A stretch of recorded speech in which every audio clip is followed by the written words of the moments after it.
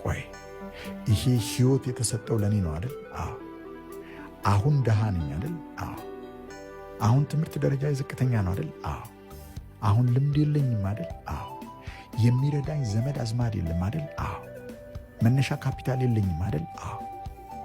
ይሄን ሁሉ ሳይኖራቸው ከምንም ተነስቶ የፈጠሩ ሰዎች እንንትና ካሉ እኔ ለምንድን ነው ማድረግ ማልችልበት ብቸኛው ምክንያት የነዚህ ማስረጆች ክብደት በአንድ በኩል ሳስቀምጥና እምነቴን በሌላ በኩል ሳስቀምጥ እነዚህ ነገሮች ስለሚያመዝኑ ብቻ። ኦኬ፣ ማላቀውን ማወቅ እችላለሁ። አዎ።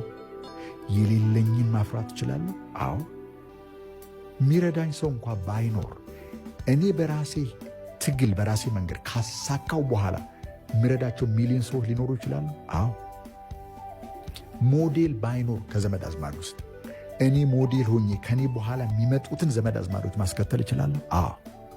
ልክ እንዲህ ብለህ ቆጥረህ አስቀምጠህ ኃላፊነት ወስደህ ማድረግ ሲጀምር የማታውቀው ትልቅ ፓወር ካንተ ጀርባ ሲንቀሳቀስ ታየዋለህ። የፈጠረኝ አምላክ፣ የሰራኝ አምላክ እሱ ምን ያደርጋል መሰላችሁ? ወስኜ ራእይን ህልሜን መከተል ሲጀምር ከኔ አቅም ያለፈ ኃይል በጀርባዬ ሲንቀሳቀስ ሊያግዘኝ መቼውም ዝግጁ እንደሆነ ያሳየኛል። በተለያየ መንገድ አየዋለሁ። ይሄንን አቅም በሌለኝ ቦታ ላይ መጥቶ አቅም ይሆናል።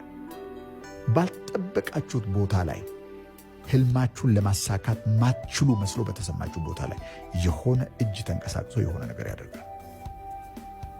ኦኬ፣ ስለዚህ እምነታችን የሚፈተነው እዚህ ቦታ ላይ ነው ማለት ነው። ስለዚህ ልክ እንደዛ ብዬ ሲጀምር ማመካኘት ሙሉ በሙሉ አቆምና ኃላፊነት ወስዳለሁ። ማድረግ የሚገባኝን ነገር መሬት ላይ ዛሬ ያደርጋል። ዛሬ